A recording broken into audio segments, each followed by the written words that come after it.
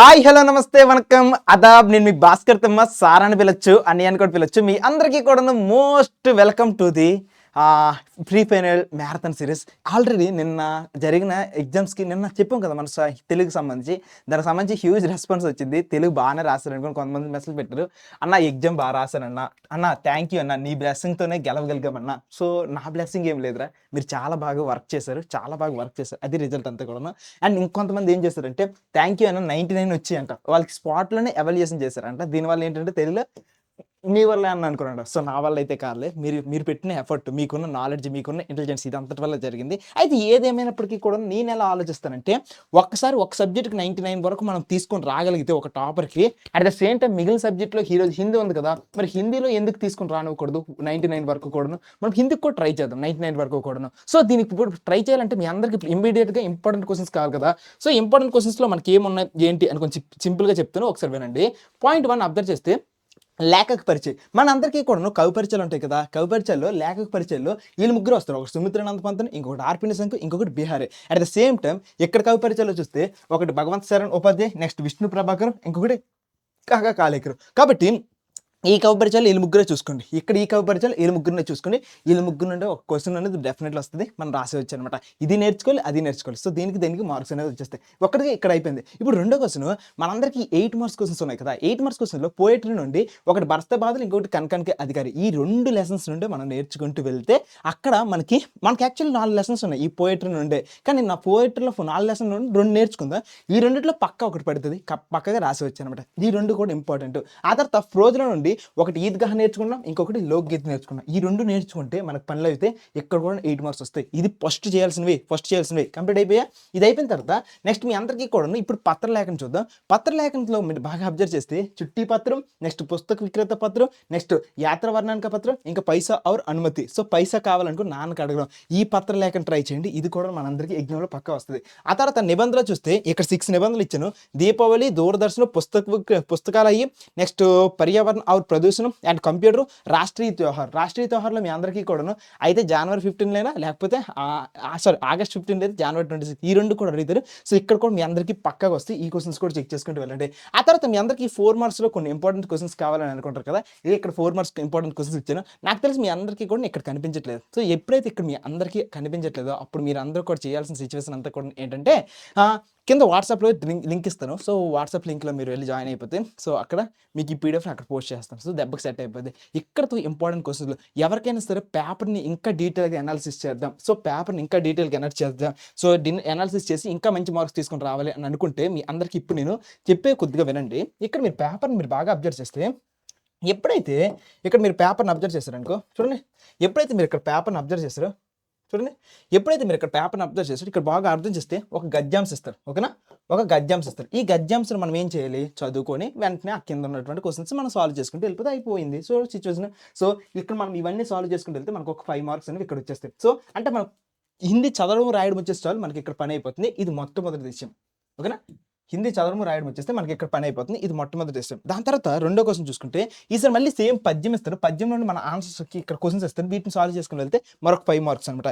ఈసారి మరొక గద్యాంశం ఇస్తారు. ఇది టెక్స్ట్ బుక్ నుండి ఇస్తారు. టెక్స్ట్ బుక్లో లెసన్ 1, లెసన్ 3 నుండి ఇస్తారు. సో వీటిని కూడా నువ్వు చదువుకొని కింద మళ్ళీ క్వశ్చన్స్ ఇస్తారు. సో మళ్ళీ క్వశ్చన్స్ ఇచ్చేసి ఇక్కడ ABCD ఈ ఆప్షన్ ఇచ్చేసి మళ్ళీ రాయమంటారు. సో ఇది కూడా ఈజీగా వచ్చేస్తుంది.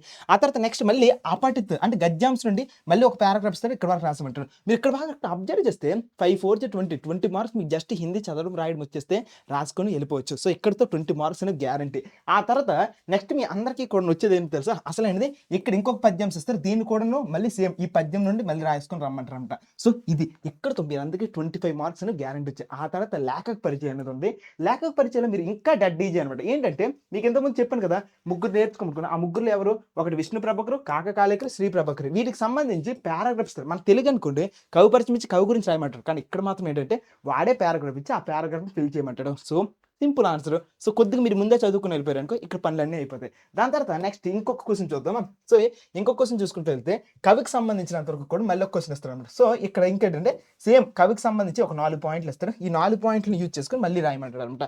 అయితే చూడండి ఇక్కడ కవికి సంబంధించి ఉన్నారు కదా, సో మనం ఈ 5 వాక్యాలను వాక్యాల రూపంలో రాయాలి. మామూలుగా వీటికి సంబంధించినంత వరకు మనకి ఎవరు ఉంటారంటే ఒకటి చూడండి, ఒకటి రహీము లేకపోతే బెహర్ వీళ్ళిద్దరి నుండి పైన ఇస్తాడు. లేకపోతే కింద చూస్తే పంతు, నిశంకు నెక్స్ట్ ఈ రెండిటి నుండి నేర్చుకుంటే మనకు పనులు అయితాయి. సో వాడు పాయింట్స్ ఇస్తాడు. ఆ పాయింట్స్‌ని మనం అంతా కలిపేసి నీట్‌గా రాసేసుకుంటూ వెళ్ళిపోతే చాలనమాట. ఇది సిట్యుయేషన్ అంతా కూడా. ఇక్కడితో మీరందరూ కూడాను 5, 7 35 35 మార్క్స్ మీరు కష్టపడకుండా మీ అందరికి వస్తాయి. ఏంటి 35 మార్క్స్ మీ అందరికీ కష్టపడకుండా వస్తాయి. ఈ పాయింట్ మీరు అర్థం చేసుకోవాలి. ఓకేనా?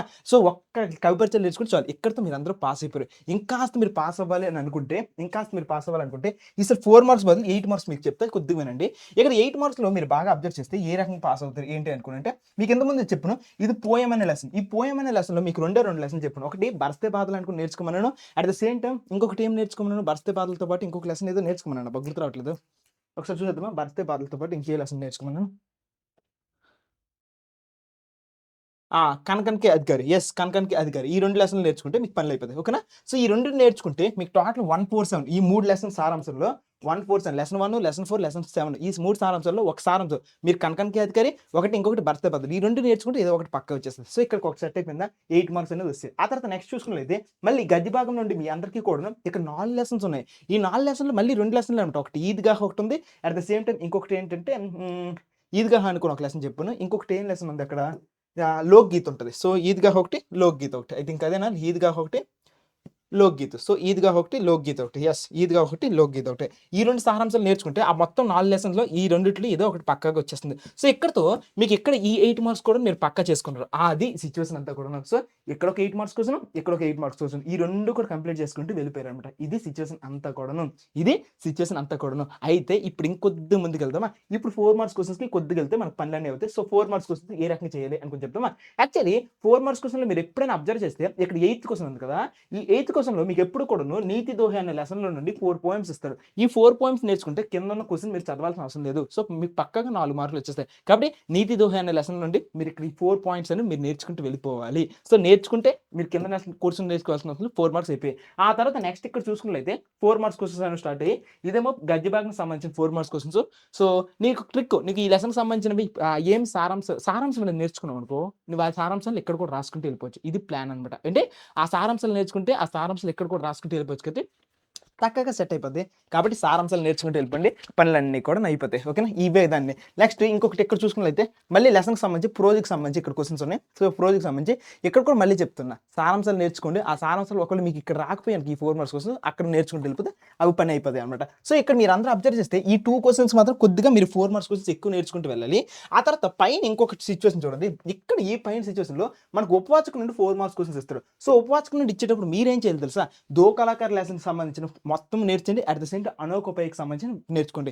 ఈ 4 లెసన్స్ యాక్చువల్లీ 4 లెసన్స్ ఉన్నాయి ఉపవాచకంలో. ఈ 4 లెసన్స్‌లో నుండి దో కళాకారు ఒకటి, అనోకోపై ఒకటి. ఈ 2 నేర్చుకున్నారు అనుకోండి. మీకు 4 మార్క్స్‌కి ఇక టెన్షనే పడాల్సిన అవసరం లేదు. భయపడాల్సిన అవసరం లేదు. సో, ఇక్కడ ఈ క్వెషన్‌లో ఈ రెండిట్లో ఏదో ఒకటి వస్తది కాబట్టి మీకు డెఫినెట్‌లీ ఆన్సర్ వస్తది. సో, ఇప్పుడు మీ అందరికీ కూడా వచ్చే టెన్షన్ అంతా ఏంటంటే అన్న 4 మార్క్స్‌కి ఏమైనా ఇంపార్టెంట్ క్వెషన్‌లు చెప్పన్నా అనుకోని మీ అందరికి అడగొచ్చు. సో, ఇంపార్టెంట్ క్వెషన్స్‌కి నేను ముందే చెప్పాను కదా! ఇదిగో ఇక్కడ ఒక చిన్న ఫోటో పెడుతున్నా. ఈ ఫోటోలో సుమారు 30 క్వెషన్స్ ఉంటాయి. ఈ 30 వన్నీ కూడా ఇంపార్టెంట్ క్వెషన్స్. సో, మీకు ఒకవేళ టైం ఉంటే ఎన్ని నేర్చుకోవాలో అన్ని నేర్చుకోండి. ఒకవేళ టైం లేకపోయిందనుకో మీరందరూ కూడా ఏం చేస్తారు తెలుసా?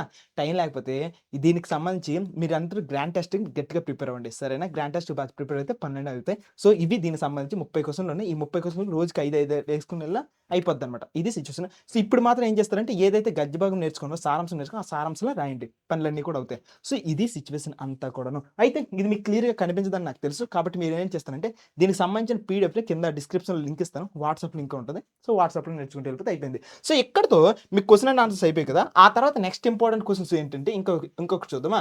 ఆ తర్వాత నెక్స్ట్ మీరు ఇక్కడే చూడండి అబ్జర్వ్ చేసుకుంటూ వెళ్తే ఈసారి మీకు నెక్స్ట్ ఏంటంటే 4థ్ సెక్షన్ స్టార్ట్ అయింది. ఈ 4థ్ సెక్షన్‌లో మీకు ఇక్కడ ఏమిస్తున్నాడంటే ఒకటి ఉత్తరాల గురించి అడుగుతున్నాడు. సో, ఉత్తర రాయి. సో, ఉత్తరకి సంబంధించి మీకు ఆల్రెడీ 6 లెటర్స్ చెప్పాను. 6 లెటర్స్ సంబంధించిన ఇంపార్టెంట్‌వన్నీ చెప్పాను. అక్కడ ఇంతకుముందు చూపించారు కదా! ఆ 6 లెటర్స్‌లో ఏదో ఒకటి నేర్చుకుంటూ వెళ్ళిపోండి. పక్కకొస్తది. ఎవడు కూడా నెగ్లెక్ట్ చేయకండి. 6 లెటర్స్ చాలా ఇంపార్టెంట్. అవి నెగ్లెక్ట్ చేస్తే పనులయిపోతాయి. ఆ తర్వాత నెక్స్ట్ ఇక్కడ నిబంధన ఉంది. నిబంధనకు సంబంధించి మీ అందరికి కూడా 6 ఇచ్చానన్నమాట. ఆ 6 కూడా నేర్చుకోండి. మీకు ప్రదర్శన గురించి, స్వేచ్ఛ గురించి, లేకపోతే భారత్ గురించి, వృక్షాల గురించి, గాంధీ జయంతి, రిపబ్లిక్ డే, దివాళీ, దసరా, గ్రంథాలయము, శిక్షకు, కంప్యూటర్, శాటిలైట్ ఇలాంటివి ఏదైనా ఒక ఎస్ఏ అడుగుతారు. సో దీంట్లో మీరు ఏదైతే ముందు లిస్ట్ ఇచ్చినా ఆ లిస్ట్ ఇంపార్టెంట్. అవి కంప్లీట్ చేస్తే పనులన్నీ అయిపోతాయి. నా పబ్లిక్ టైంలో ఏం అడిగాడు తెలుసా? దసరా గురించి అడిగాడు. సో నా పబ్లిక్ టైంలో దసరా గురించి అడిగాడు. సో ఇది సిచ్యువేషన్. ఇవి నేర్చుకుంటూ వెళ్ళండి. ఎక్కడితో ఇవన్నీ కంప్లీట్ అయిపోయి ఇప్పుడు మనందరికీ కూడా గ్రామర్ టాపిక్ సంబంధించి చూసుకుంటూ వెళ్ళండి. గ్రామరు తత్సం రూపించడం. సో ఒక్కొక్కటి ఒక్కొక్క మార్కు. తత్సం రూపించడం ఓకేనా? తత్సం రూప్ ఈజీగా చేసేవచ్చు. సో ఇది వీక్ పర్సన్ కూడా చేయొచ్చు, ఏం ప్రాబ్లం లేదు. ఓకేనా? సో ఇది వీక్ పర్సన్ కూడా చేయొచ్చు. ఆ తర్వాత నెక్స్ట్ చూసుకున్నట్లయితే క్రియా శబ్దం ఉంది, ఇది కూడా వీక్ పర్సన్ కూడా చేసుకోవచ్చు. సంఖ్య ఇది వీక్ పర్సన్ కూడా చేసుకోవచ్చు. సంఖ్య ఇస్తాను, నెంబర్ ఇస్తాను. నెక్స్ట్ కారక అనేది కొద్దిగా టెక్నికల్ కాన్సెప్ట్, దీన్ని విడిచిపెట్టండి. సో దీన్ని విడిచిపెట్టి తప్పు పని అయిపోయింది. దాని తర్వాత నెక్స్ట్ ఇంకొకటి ఏంటంటే ఇక్కడ చూడండి పర్యాయ పదాలు. సో పర్యాయ పదాలు కూడా ఈజీగా చేసేచ్చు, ఇది కూడా వీక్ పర్సన్.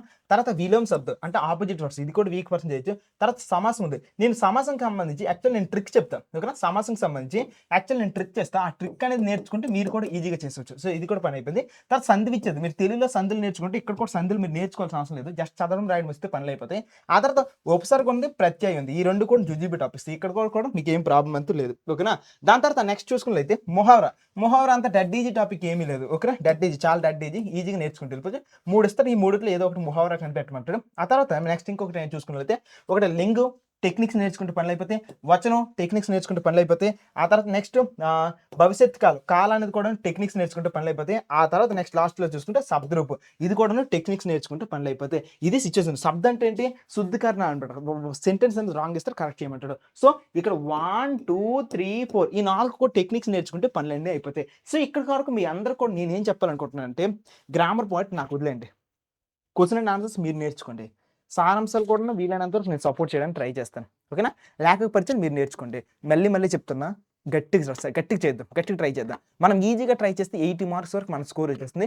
ఇంకా కాస్త 80 పైన వచ్చిందంటే దాని అర్థం ఏంటంటే మీరు నిజంగా హార్డ్ వర్క్ చేశారు, డెఫినెట్లీ వర్క్ చేశారు అనుకుని అర్థం. నెక్స్ట్ మీ అందరికీ కూడా ఇంకొక మాట ఏంటంటే, మీ అందరి కోసం నేను ఒకటి ఏం చేశాను తెలుసా? సర్ప్రైజ్గా మీ అందరి కోసం ఏం చేశానంటే మీకు అందరి కోసం ఒక శాంపుల్ పేపర్ కూడా రెడీ చేశాను. ఓకేనా? ఒక శాంపుల్ పేపర్ వస్తుంది.